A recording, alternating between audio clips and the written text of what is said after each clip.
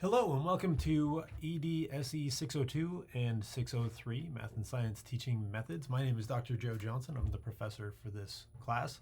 I wanted to introduce myself. I wanted to give you a quick rundown of the course, which you can see here in the background, and a little bit about how we're going to interact through the course, and at least a very brief introduction to the stuff we're going to talk about and learn.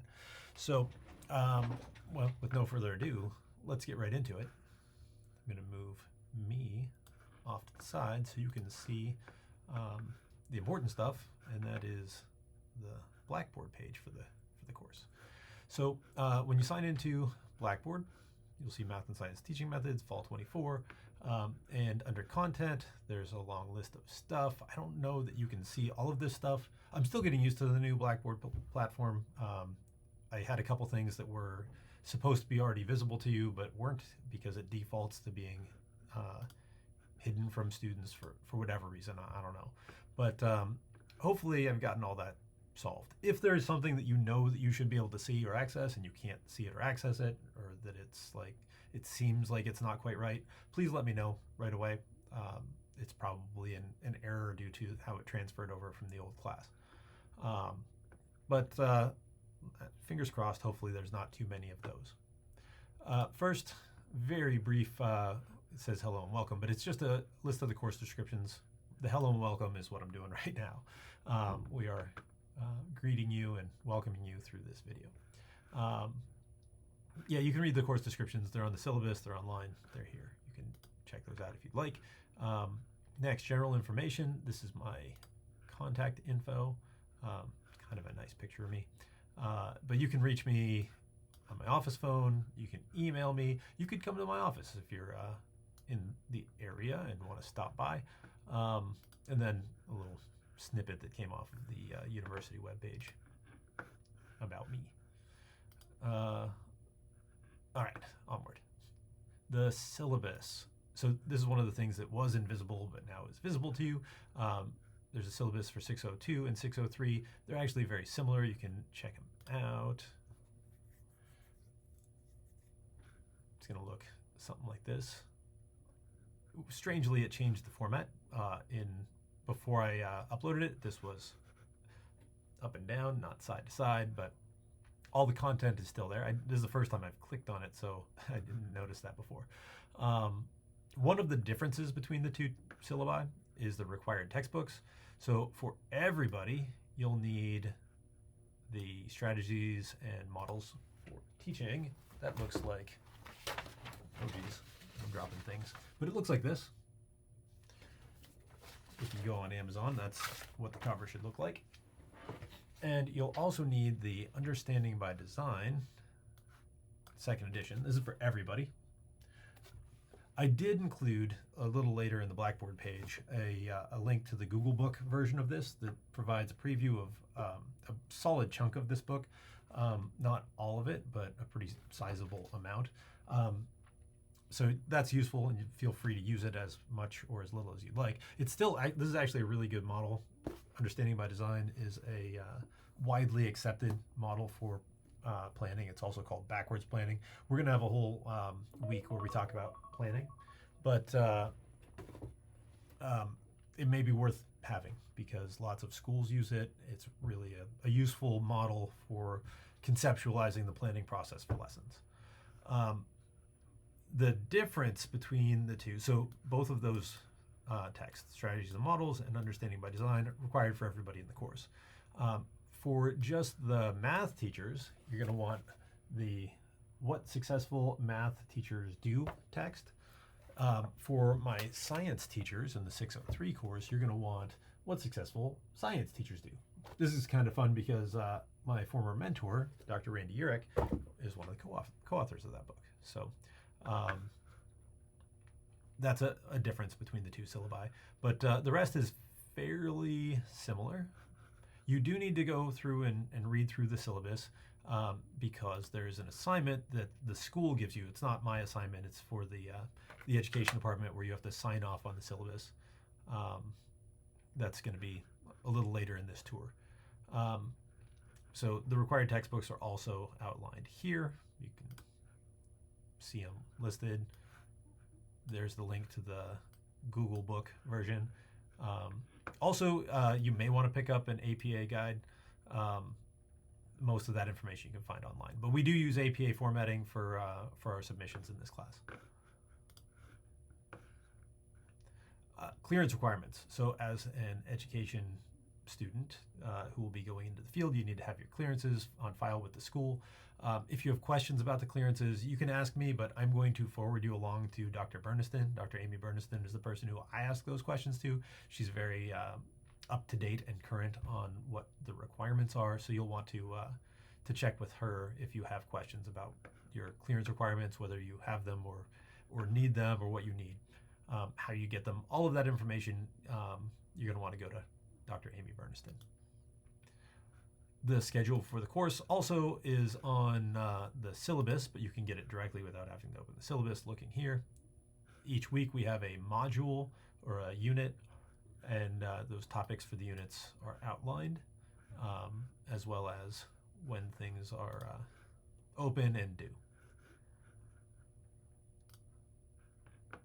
Assignment rubrics. So each week there are discussion boards you'll have to do. I grade those discussion boards based on the discussion board rubric. You'll want to give that a look. Not every week, but periodically throughout the semester, you will also have journal article critiques. So you're going to want to look at the journal article critique rubric for those. All right, into the meat of the week, the introduction module. So for week 1, introduction to the course and the professor. So this is the old video. I look a little bit younger. That's from last year. But this is the video that you're currently watching, that I'm currently making. I'm just replacing it. But welcome to the class. Overview of the week. Every week there's going to be a written overview of what we're going to be talking about, as well as lecture videos and assignments. This introduction video is essentially the lecture video for this week. The agenda ticks off the objectives for the week. One thing that didn't get changed but needs to get changed, there is no flip. You're going to do the introduction discussion board. Flip doesn't actually exist anymore. It just went offline recently, so that's not due anymore because it doesn't exist anymore. So we're just going to have to rely on the introduction discussion board. That's a way for me to get to know you a little bit better. It's hard to get to know your students in an online platform, so I do my best to find ways to interact. I used to have Flipgrid and then Flip, and now that doesn't exist. So we're just going to have to rely on the discussion board. Find and read the syllabus. This is the syllabus sign-off that you have to complete. That's, as I mentioned, the school's assignment, not mine. This is my assignment, the introductions forum, where you're going to introduce yourself, tell me a little bit about yourself, your background, where you're from, what you want to teach, what you currently do, where you're at. There's a list of stuff, but essentially just give me a chance to get to know you a little bit better. And please post a picture so I can put a name to a face. If I ever see you out and about, or you become rich and famous, I can be like, I knew them back when. All right, that's the stuff for this week. Let's look into week 1. Oh, actually, yeah, that's more of this. So every week's going to have kind of similar frameworks, every module. Again, overview tells you what we're going to do that week in text. The same stuff I'm going to talk about in the video that you're going to watch during that, but nevertheless, it's nice to have that easy access to it in text. The objectives listed, the readings and the lecture videos, and what you are sort of expected to take in throughout the week. So there are some articles that I'd like you to read. Rubrics for that week. There aren't any specific rubrics for that week, but under the assignment rubrics, it says assignment documents. Let's fix that. It's again just I didn't catch that before.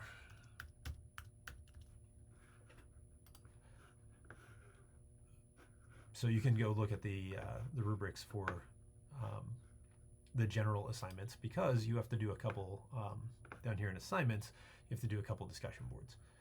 And then lecture videos for the week where I talk about the content. Some of these will, they're going to be using the old Blackboard. I mean, they're from last year, so, or last semester, last time I taught it, last fall. So the format of Blackboard looks a little different, but the content is exactly the same. So the stuff I want you to get out of it is exactly the same. Probably going to be updating those, but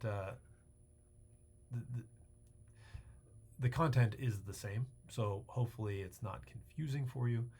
If it is, let me know, and I can fix those.